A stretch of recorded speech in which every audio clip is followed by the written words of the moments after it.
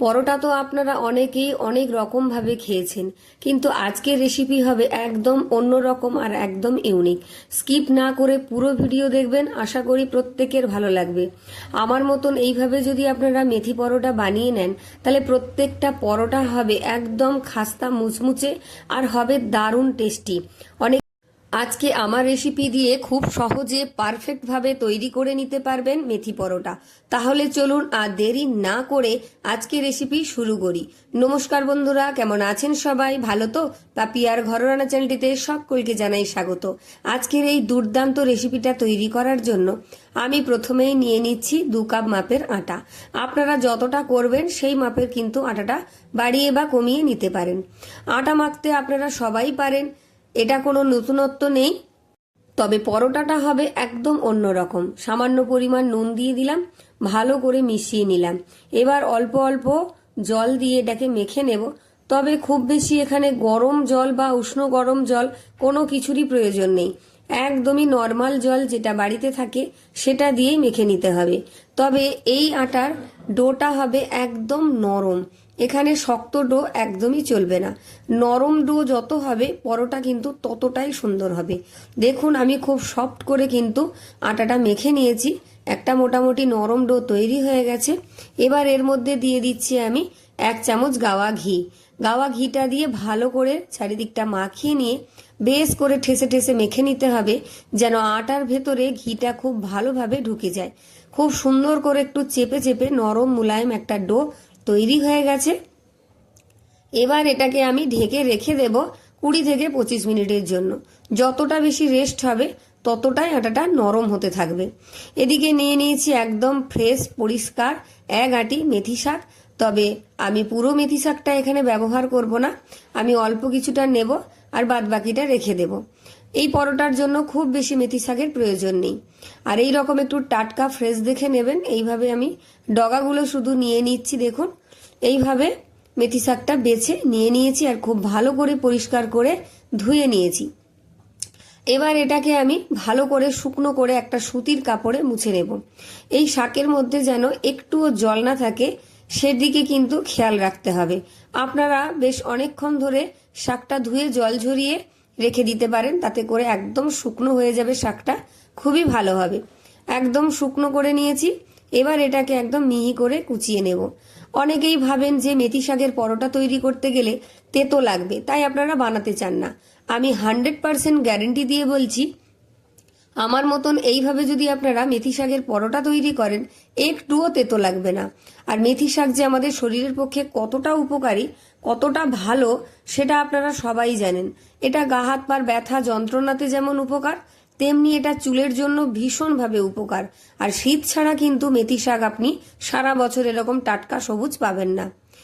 শাকটাকে খুব মিহি করে আমি কুচি করে নিয়েছি। এবার একটা প্লেটের মধ্যে তুলে নিচ্ছি। তাই বলছি, এই সারা শীতে মেথি শাকটা কিন্তু একদম বাদ দেবেন না, যেভাবে হোক খেতে থাকুন। শাকটা একদিকে রেখে দিয়েছি আর ডোটা আমি ঢাকা দিয়ে রেখেছিলাম 20-25 মিনিট মতো। ঢাকাটা খুলে নিয়েছি, দেখুন কতটা নরম হয়েছে। আবারও কিছুক্ষণ একটু চেপে চেপে আমি মেখে নেব। আটাটা যতটা সুন্দরভাবে মাখবেন পরোটাগুলো তেমনি খাস্তা হবে, মুচমুচে হবে আর খেতে দারুণ টেস্টি হবে। আর মেথি শাকের যে একটা সুন্দর গন্ধ আছে সেটা তো আপনারা সবাই জানেন।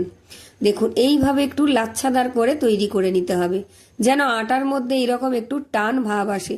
দেখেই বুঝতে পারছেন, এই রকম যদি টান ভাব আসে তাহলে পরোটাগুলো হবে একদম পারফেক্ট, না বেলতে অসুবিধে হবে না ভাজতে অসুবিধে হবে। এবার আমি এই আটা থেকে মিডিয়াম সাইজের লেচি তৈরি করে নিচ্ছি।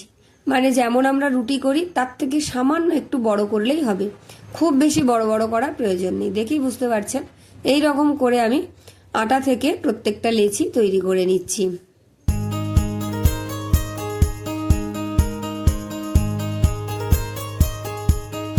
তৈরি হয়ে গেছে। এখানে মোটামুটি 5খানা আমি বল তৈরি করে নিয়েছি। এবার এগুলোকে আমি বেলে নেব। তার জন্য একটা চাকির মধ্যে অল্প কিছুটা আটা ছড়িয়ে দিলাম। এটা আপনারা তেল দিয়েও বেলতে পারেন, তবে আটা দিয়ে বেললে বেশি সুবিধে হবে। আপনারা আপনাদের সুবিধে মতন বেলে নিতে পারেন। যতটা পারবেন পাতলা করে আর বড় করে বেলে নেবেন। এটা যত বেশি পাতলা বড় করে বেলা যাবে ততটাই ভালো হবে। যারা এতক্ষণ ভিডিও দেখেছেন অথচ একটা লাইক করেননি, অবশ্যই লাইক, কমেন্ট, শেয়ার আর হাইপটা দিয়ে দিন। দেখুন কতটা পাতলা করে আমি বেলে নিয়েছি। এবার এর মধ্যে দিয়ে দিচ্ছি আমি কিছুটা ঘি। গাওয়া ঘি অবশ্যই দেবেন, খেতে ভীষণ ভালো লাগবে। ভালো করে চারিদিকটা একটু হাত দিয়ে আমি এইভাবে স্প্রেড করে দিচ্ছি। খুব ভালো করে চারিদিকটা মাখিয়ে নিতে হবে। এবার দিয়ে দিচ্ছি আমি কিছুটা গোলমরিচের গুঁড়ো। গোলমরিচের গুঁড়োটা দিলে কিন্তু একটা দারুণ টেস্ট আসে, খেতে একদম অন্যরকম স্বাদ হয়। দিয়ে দিচ্ছি কিছুটা শুকনো ঝালের গুঁড়ো, মানে শুকনো লঙ্কার গুঁড়ো, ঝাল লঙ্কার গুঁড়ো যেটা আপনারা বলেন। ভালো করে চারিদিকটা এইভাবে ছড়িয়ে দিচ্ছি। দিয়ে দিচ্ছি কিছুটা কাঁচা জোয়ান। পরোটার মধ্যে জোয়ানের ফ্লেভারটা ভীষণ ভালো লাগে, যখন দাঁতের মধ্যে পড়বে দেখবেন কতটা সুন্দর লাগবে। ভালো করে হাত দিয়ে আমি মাখিয়ে নিচ্ছি একদম কোনায় কোনায়, যাতে কোনো অংশে স্বাদের কমতি না থাকে। ভালো করে মাখানো হয়ে গেছে। দিয়ে দিচ্ছি কিছুটা রসুনের কুচি, এটা অবশ্যই দেবেন। যা যা দিচ্ছি প্রত্যেকটা জিনিস দেবেন, তবে খেতে একদম পারফেক্ট হবে। এবার দিয়ে দিচ্ছি আমি মেথি, কুচিয়ে রাখা মেথি পাতা। এটা আমি কুচিয়ে রেখেছি, আপনারা চাইলে গোটা গোটা দিতে পারেন, মানে শুধু পাতাগুলোও দিয়ে নিতে পারেন। আর কিছুটা আমি ধনে পাতা কুচিও দিয়ে দিয়েছি, অফ ক্যামেরা হয়ে গেছে সেটা। ভালো করে একটু এইভাবে চেপে বেলে নিতে হবে, যাতে রুটির মধ্যে এগুলো সব কটা ভালো করে চেপে যায়। ওপর থেকে সামান্য একটু নুন ছড়িয়ে দিলাম, এটা অপশনাল, আপনারা দিতেও পারেন না দিতেও পারেন। এবার আমি একদিকটা এইভাবে কেটে নিচ্ছি, দেখলেই বুঝতে পারবেন একদিকটা এইভাবে আমার কাটা হয়ে গেছে। এবার আমি ভাঁজ দিয়ে নেব। ভাঁজ দেওয়ার সময় কিন্তু অবশ্যই মনে রাখবেন যে এটা বেশি টাইট টাইট করে ভাঁজ দেওয়া যাবে না, তাহলে কিন্তু বেলতে পারবেন না। একদম ঢিলে ঢিলে খোলা খোলা ভাবে এটাকে ভাঁজ দিয়ে নিতে হবে। পেছন দিকটা মুড়িয়ে নিয়ে এইভাবে একটু চেপে দিন, ব্যাস হয়ে গেছে একদম রেডি। এবার আমি সামান্য আটার গুঁড়ি দিয়ে এটাকে মিডিয়াম করে বেলে নেব। এখন আর খুব বেশি পাতলা করার প্রয়োজন নেই, মিডিয়াম করে একটু বেলে নিলেই হবে। খুব সহজেই বেলে নিতে পারবেন, না ভেতর থেকে পুর বেরিয়ে আসবে, না ছিঁড়ে যাবে, না ফেটে যাবে। দেখুন কতটা সুন্দর করে বেলে নিয়েছি, আর একদম নরম করে মেখেছি, তাই সুন্দরভাবে বেলাটাও হয়ে গেছে। একটা একদম রেডি হয়ে গেছে। প্যানটা আমি আগে থেকে একটু গরম করতে বসিয়ে রেখেছিলাম, দিয়ে দিলাম পরোটাটা। শুকনো প্যানে আমি প্রথমে এপিড ওপিড উল্টে পাল্টে সেঁকে নেব। দুদিকটা খুব ভালো করে সেঁকা হয়ে গেলে তারপর আমি তেল দিয়ে ভাজবো।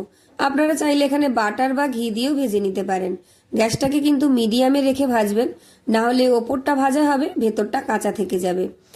অল্প অল্প তেল ছড়িয়ে ভেজে নিচ্ছি, খুব বেশি তেলের প্রয়োজন নেই। লাল লাল করে ভেজে নিতে হবে, ভেতরের শাকগুলোও সেদ্ধ হয়ে যাবে আর ওপরটাও মুচমুচে হবে। উল্টে পাল্টে কিন্তু ভেজে নিয়েছি, দেখুন একটা একদমই রেডি হয়ে গেছে। এবার এটাকে আমি তুলে নিচ্ছি। আবারও একটা আমি দেখিয়ে দিচ্ছি, আমি গোলমরিচের গুঁড়ো আর শুকনো ঝালের গুঁড়ো দিয়ে দিয়েছি। দিয়ে দিলাম কিছুটা জোয়ান, আর দিয়ে দিচ্ছি আমি কিছুটা রসুনের কুচি। সবকটাই খুব ভালো করে এইভাবে একটু চারিদিকটায় বুলিয়ে নিতে হবে, যাতে প্রত্যেকটা কোনায় কোনায় এর স্বাদ বজায় থাকে। এবার দিয়ে দিচ্ছি কিছুটা ধনেপাতা কুচি। এবার দিয়ে দেব আমি মেথি পাতা। ভালো করে এইভাবে একটু সমান করে চারিদিকটায় ছড়িয়ে নিতে হবে। এইভাবে বেলে নিলাম, দেখে নিশ্চয়ই বুঝতে পারছেন। আপনাদের বোঝার সুবিধার জন্যই আমি আরও একটা রেডি করে দেখিয়ে দিচ্ছি, আপনারা একবার দেখলেই করতে পারবেন। এবার এইদিকে কেটে নিয়ে আবারও একটু খোলা খোলা, মানে একটু ঢিলে ঢিলে অবস্থা করে এইভাবে মুড়ে নিতে হবে, বেশি টাইট করা যাবে না। যারা আমার চ্যানেলে নতুন আছেন, যদি ভিডিও ভালো লাগে অবশ্যই চ্যানেলটা সাবস্ক্রাইব করে পাশে থাকা বেল আইকনটি প্রেস করে অল করে রাখবেন। আমার ভিডিও নোটিফিকেশন সবার আগে আপনার কাছে পৌঁছে যাবে। আর অবশ্যই কিন্তু হাইপ করে দেবেন। একটা একটা করে সমস্ত পরোটাগুলোই আমার ভাজা হয়ে গেছে।